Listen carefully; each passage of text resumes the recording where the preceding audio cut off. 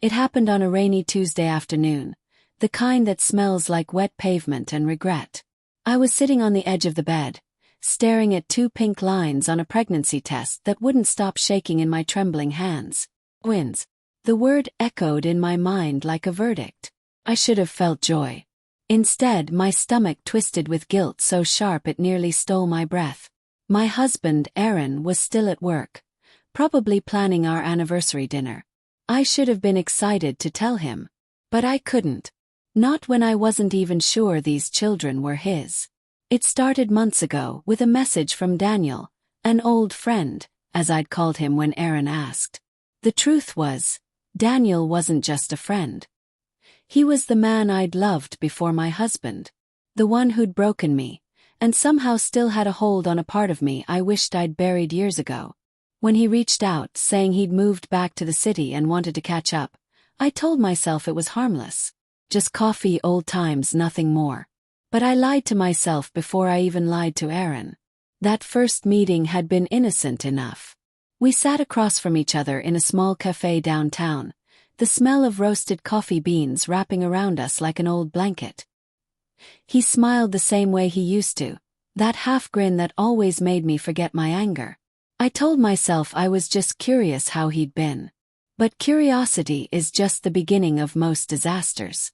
Aaron trusted me completely. He always did. When he asked how my day was, I mentioned coffee with an old college friend. He didn't even blink. He kissed my forehead and said he was glad I was reconnecting with people. That trust was both a blessing and a curse. It made the guilt heavier, but the lie easier to hide. Over the next few weeks, Daniel and I saw each other again. Once for lunch, then a walk by the river. Then one night when Aaron had to work late, Daniel came over. I told myself we'd just talk. That's what I believed until he touched my hand, and every promise I'd made to my husband started to crumble like paper in the rain. The affair wasn't passionate in the way movies make it seem. It was quiet, aching, filled with guilt and fear. Every time I left Daniel's apartment, I'd drive home in silence, feeling like a stranger in my own skin. I'd climb into bed beside Aaron, his arm instinctively pulling me close, and I'd wonder how love could feel so pure in one place and so poisoned in another. The day I found out I was pregnant, I thought the universe was mocking me. Aaron had been trying for months, desperate for us to start a family. We'd been through tests, schedules, disappointment. The night before, he'd told me he believed this month was different. And he was right, but not in the way he hoped. When I told him, he lifted me off the ground, laughing, spinning me in circles. His joy filled every corner of the room, and I wanted to sink into it, to drown in his happiness before it faded. I wanted to believe the lie with him. When the doctor said it was twins, Aaron cried. I hadn't seen him cry since his father's funeral. But as the weeks passed, I started to notice the way he'd look at me sometimes, searching like something in my smile didn't match my words. One night as we lay in bed, he whispered, "You seem far away lately. Is everything okay?" I nodded too quickly. "Just tired," I said. He kissed my forehead, but his eyes didn't stop asking. Then, a few days later, Daniel showed up at my office. His face was pale, anxious. "We need to talk," he said. My heart stopped. We went to the parking lot, and he told me he couldn't stop thinking about me, or about the possibility that the babies were his.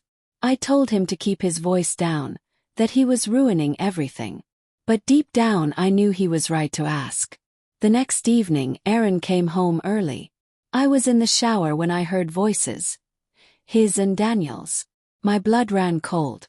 I stepped out, wrapped in a towel, and found them standing in the living room.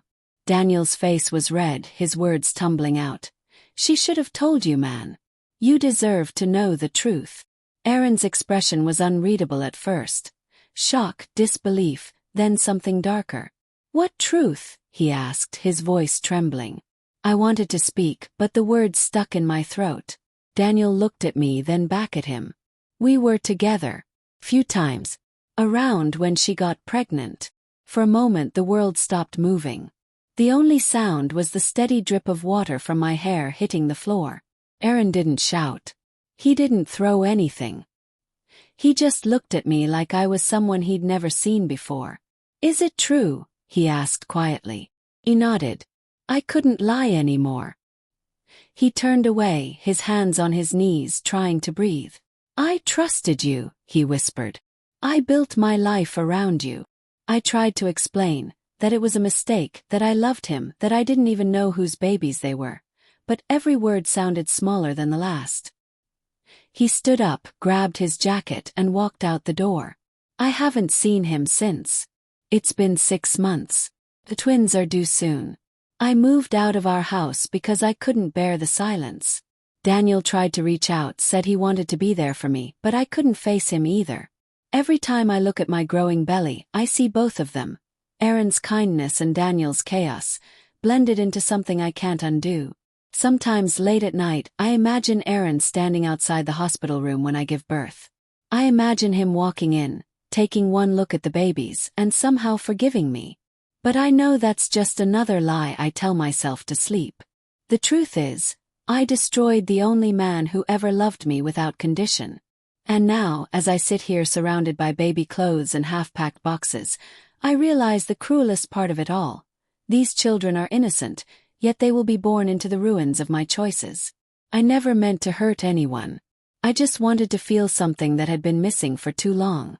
But love built on deceit never survives. It only burns everything in its path. So here I am, pregnant, alone, and haunted by what I traded for a moment of weakness.